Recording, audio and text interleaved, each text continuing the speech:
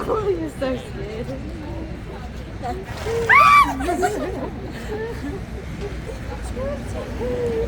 Perfect. Okay, let's go.